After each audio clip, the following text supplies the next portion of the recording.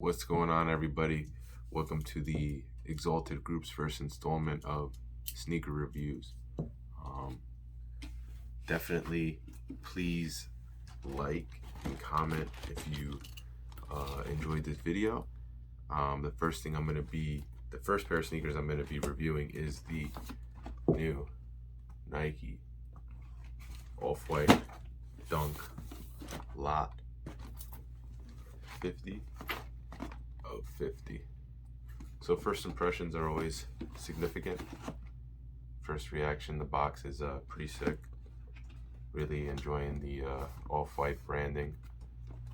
You can see there's a label there. The size tags right here. See if you can get that. Men's 14, lot 50, which is the probably from via social media and through my various discussions, the possibly most coveted pair of the collection. You have, as comparison to other off-whites, the off-white branding archival paper, which many people don't know. Usually more of the other wax paper material. Archival paper is actually meant to protect the shoe, so it's best to wrap your shoes with that paper when storing them. It helps protect them from yellowing and other fibers and things. So like I said, you got the Swiss cheese box as well. The detail here, it's got that clear little hole here, some sticky plastic there. So like I said, first impressions are important. The box is Swiss cheese on the top. You got the plastic on the back. Really impressed. Really like how definitive the box is. It's definitely got the off-white vibes, but I like how it's progressed in terms of, like, before the others were just silver. The other Dunks boxes, off-white boxes, were silver. I have one over here.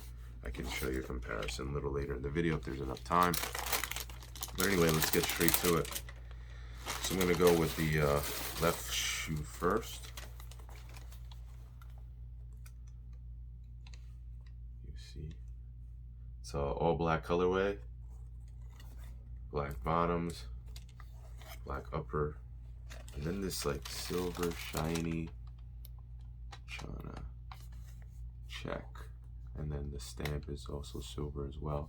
It's got like an interesting little texture to it. I feel like we've seen this similar to like almost women's like clothes. It's like got like a disco-ish vibe, if you will. So that's pretty cool. What is interesting, at first when I had first seen leaked photos of these, I wasn't crazy about this. However, the execution is pretty cool. You can see 50 of 50 there. The purple tab like this. This is always also an intricate, really intricate detail that's worth pointing out. On all off-white dunks, the material of this is one of the easiest giveaways to figuring out on when in regards to legit checking, LCing. So that's cool. So you know, you got these made in Vietnam tags, and you know, you got the two sets of laces, the black ones on the top. Those are pretty cool. Not crazy about the white laces, as many people know. I do really seek after a lot of different off-whites. I'm pretty keen on them, so I do happen to have other pairs of authentic off-white laces in different colors. And I actually do own the Jordan 1 off-white Euros, the triple white Jordan 1 off-white 1, and they came with purple laces that I haven't used, so I think that's really gonna look dope on this. So I'll probably do that lace swap. Many people know I'm keen on lace swap. So I just want to go at the tongue real quick. I definitely think Virgil did his thing on this.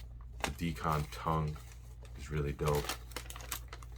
Swiss cheese right there, and then the Nike little stitched tag there. You can see that pretty well. What I am really impressed with is the zip tie. I know people have their different opinions about the zip tie. You've seen people trolling the zip tie, but on this is really dope because you can see the off-white branding, the face with the two hands, off-white with the trademark, lot 50/50. I really am pretty happy. I know it's just a zip tie, but I'm really happy with the execution on that.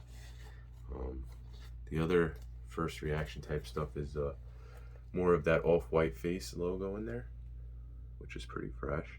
These are a size 14. That is my size.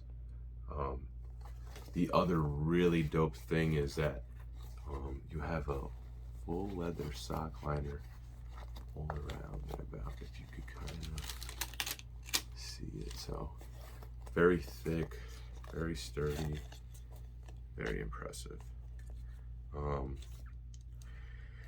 So yeah, the trim is all leather, if you will. The rest is like this cloth texture on the toe box. Kind of make it out. I know it's hard to see. Kind of, I can explain so much, but it's kind of hard unless you have it in hand. So this is like a cloth. The tongue's like a foam. Trim is like a thicker leather. And then the sole, good sole. You see that?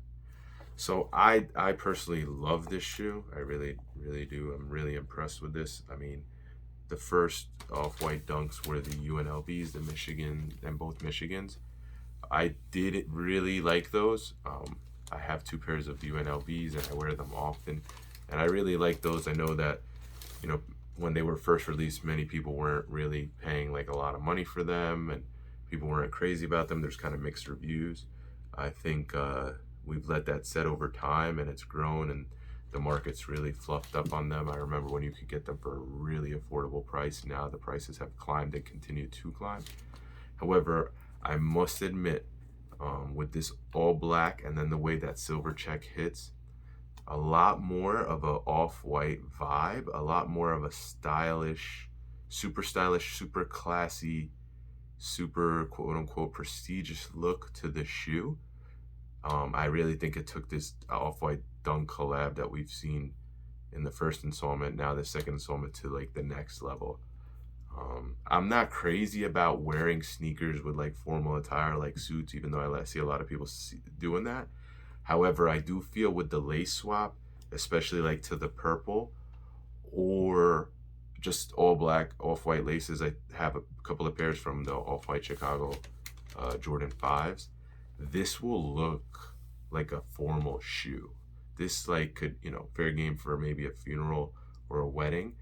And I really think that's dope, because this is a sneaker at the end of the day. Let's not get confused. This is a dunk. When you peel everything off, it's a Nike dunk, and then it's enhanced by Virgil, off-white collab. But I like how the luxury feel and the luxury hook look. Also like the Nike hip on the back, silver, which was a nice addition.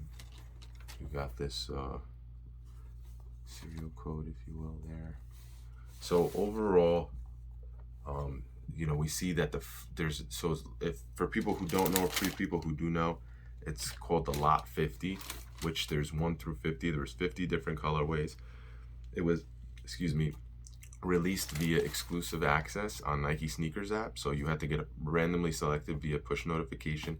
Go hit the notification, go in, secure your pair, hope that you get it, and then, or Empty Gallery and Off-White's various Off-White stores throughout the United States and Europe were also doing raffles, which I think I may have seen 1 or 2 people post that they won the raffle. But from what I've seen thus far, just in general, to get one of the 50 has been a very challenging thing.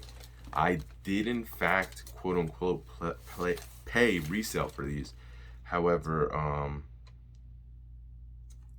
I did do a trade. So I traded a couple of pairs of Jordans, and then I added some cash on the top. Personally, it was a fair trade. It was. I personally feel that it was a fair trade. People might disagree with me, but this is an investment. This is a big investment. People. I know a lot of people know that I'm keen on making short-term, mid-term, and long-term investments in the sneaker world, aside from other types of investments that the average person may make. So I'm not sure if I want to wear these just yet. Honestly, I would love to secure a second pair, and then I would definitely, without question, wear these. I'm just a little afraid and a little apprehensive, because I feel that these may end up being super duper rare, and especially in my size as a 14. 14s are always produced a lot less. Anybody who gets a full size run You usually see 1, 2, maybe 3 pairs depending on the account that the store has. But then again, these were not really released in stores, they were just at raffle. Let me get to the other pair real quick, and I'm gonna do just a final overview. So pretty much, you know, mirror image of what we just went through. You kind of get the gist. The only probably main difference on this is on the sole, you got the hand rather than the off-white hand branding instead of the face, which is cool, you know, some diversification. And then the holes in a little bit of a different spot. One thing I meant to point out as well that is also really impressive is look at the back of this tongue. So it's also that continuation with that sock liner leather, which is, I mean, these are just gonna wear really well. I mean, I haven't worn them, so I shouldn't say that, but I just get the feeling that they're gonna wear very well, especially with the other UNLVs from the first installment of the Off-White Dunks. Those were nowhere near the quality that these are, and those on my end have worn very well. But I also do take really good care of my shoes. I clean them regularly. I get my one boy to clean them, who's really good at cleaning. I take care of my stuff. I take care of my stuff, not only because I want it to look clean, I just want to take care of stuff. I'm gonna spend money on it, so pretty much it. I did notice a couple of quality control issues on the shoe that I want to point out, and I'm sure people do know that there's, you know, a lot of different discussion about issues with pairs being produced in Vietnam versus China. A couple of glue stains, nothing really serious like I've seen on other Jordan retros lately. But you know, I don't know if anybody does secure a pair or sees this video eventually, you might find a little bit of glue splatter on these. I know that I did on this one, on the left shoe that let me see if I could get it pretty closely. Really nothing that bad, nothing you can't, like, you know, wipe off with some very small amount of water and a Q-tip. So yeah, the last thing I wanted to show you that I thought was really cool was the outer archival paper. I really like this branding. If I do decide to wear these and keep these, I think this might be cool to cut and frame. I think that would be a really cool thing. So kind of just got to get this paper ironed out, frame it, put it in my office or my room, probably would be really good. So yeah, that's pretty much that. Do one last overview so we get the uppers of the shoe.